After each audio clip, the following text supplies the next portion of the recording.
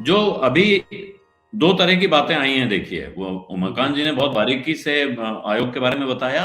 और मैं जी अगर कहूं तो आत्मा में देखें तो दोनों लोगों की बात में कोई खास फर्क नहीं है।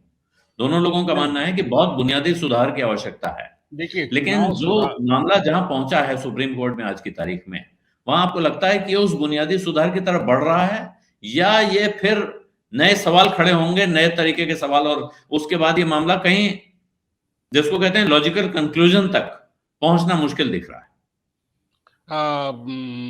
मैं आलोक जी, मैं चिराग जी से जो उनका पॉइंट ऑफ व्यू था विराट जी, उससे, विराट जी। विराट जी थे हम, उनके हम्म, पॉइंट ऑफ व्यू से थोड़ा सा मैं अलग है। चुनाव सुधार पे ये मामला इस समय नहीं है। हम्म, कानून बहुत से हैं। सेशन के लिए कोई अलग से कानून नहीं बना था। सेशन ने उस कानून का उपयोग भी किया, दुरुपयोग भी किया। मैं भी मानता हूं ये दोनों चीज किया। उपयोग भी किया। आपके हिसाब से, अच्छा, पीएम संसदीय प्रणाली में सर्वोच्च सत्ता नहीं होती है। हम्म, संसदीय प्रणाली की खूबी यही है कि चेक एंड बैलेंस जहां होता है, वहां सर्वोच्च सत्ता किसी के पास नहीं होती है। हम्म, लेकिन चुनाव आयोग तीनों खंभों में से कहीं पे भी नहीं आता, जबकि जैसा लखेड़ा जी ने कहा वो सही है कि संसदीय लोकतंत्र है, अगर लोकतांत्रिक देश हम हैं, एक व्यक्ति एक वोट है, हर आदमी को चुनाव का अधिकार है, उस हम्म। अधिकार का सही इस्तेमाल हो, तभी लोकतंत्र की व्यवस्था बनी रहेगी।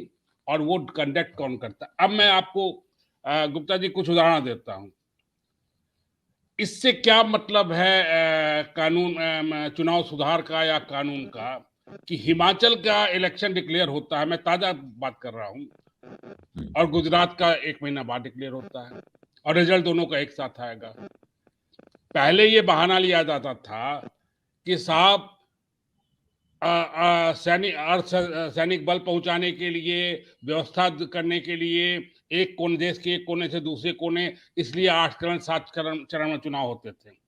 लेकिन हिमाचल स्टेट में एक दिन का चुनाव, और गुजरात में एक या दो दो दिन का चुनाव, इसके लिए आप इतना गैप क्यों रखे? सबने जाना ये कि चुनाव, मुख्य चुनाव आयुक्त का या चुनाव आयोग का यह डिसीजन सिर्फ कि पीएम के लिए था, जो किस कुछ चीजें जो है वहां पे जाके घोषणा करने वाले थे, और वो हुआ, सबके सामने आया।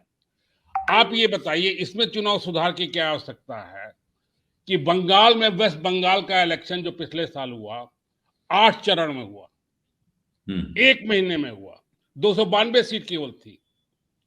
कौन सा वो आतंकवादी इलाका था, या कौन सा वो था कि व्यवस्था थी कि आप 1 महीने तक वहां चुनाव कराते?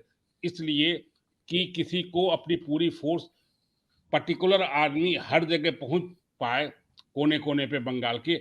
इसलिए ये चुनाव आयोग का डिसीजन होता है।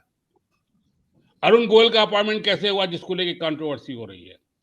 हम्म, फ्राइडे को, दिसंबर में रिटायरमेंट था, फ्राइडे को वो आदमी वीआरएस लेता है, सैटरडे को उसका अपॉइंटमेंट होता है, हम्म, और बीच में संडे होता है और मंडे को ज्वाइन कर लेता है। मतलब उनका अपॉइंटमेंट उनको पहले से मालूम था, यस, गवर्नमेंट को मालूम था कि भाई कल वो वीआरएस देने वाले हैं, आज इनको जल्दी से एडजस्ट करो।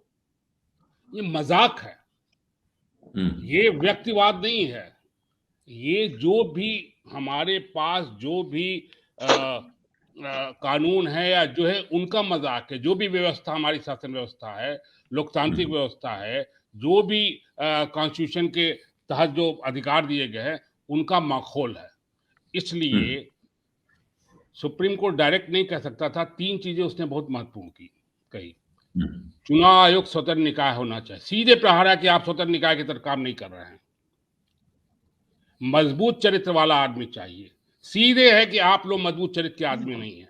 बिल्कुल। और तीसरा चीज उसने कहा कि मैं, मुझे मालूम है इसका विरोध होगा, मैं अपने को असहाय, यहां हम असहाय, और एक एक या दो सदस्यीय बेंच नहीं है, 5 सदस्यीय बेंच है। आप सदस्य। मुखिया जी जानते होंगे कितना वैल्यू रहती है। इसलिए इसको डाइवर्ट करना, हम्म, कि चुनाव आयोग जो कर रहा है वो सही कर रहा है या उसके पास अधिकार नहीं है, या सबसे बड़ी चीज, एक चीज और इशारा किया सुप्रीम कोर्ट ने अपने जजमेंट पे, कि इनकी नियुक्ति कैसे होती है। जिस आदमी पे लोकतांत्रिक व्यवस्था बनाने का पूरा जिम्मेदारी है, उसकी नियुक्ति कौन कर रहा है? पीएम कर रहा है, कैबिनेट कर रही है, तो वो स्वतंत्र कहां से हुआ? स्वतंत्र जैसे जजेस की नियुक्ति होती है, या जैसे हमारा लेजिस्लेशन आता है, जनता से चुन के आता है, उनका विभाजन अधिकार का क्या है, सब कॉन्स्टिट्यूशन में दिया हुआ है। चुनाव आयोग के अधिकार बहुत हैं, 324 के अंतर्गत, तो यह जो आपने बताया, यहां तक कि आपकी प्रॉपर्टी, हमारी गाड़ी चाहे सड़क से उठा ले चुनाव की व्यवस्था देखने के लिए, उन अधिकारों का इस्तेमाल क्यों नहीं कर रही है चुनाव आयोग? पहले तो उठाई जाती थी, तमाम गाड़ियां जब्त हो जाती थी चुनाव के समय में। हाँ, गाड़ियां सारी जब्त हो जाती है, गाड़ियां आप मकान ले सकते हैं, टैक्सी वाले बेचारे सब भागे भागे फिरते, इतना अधिकार है चुनाव आयोग के पास।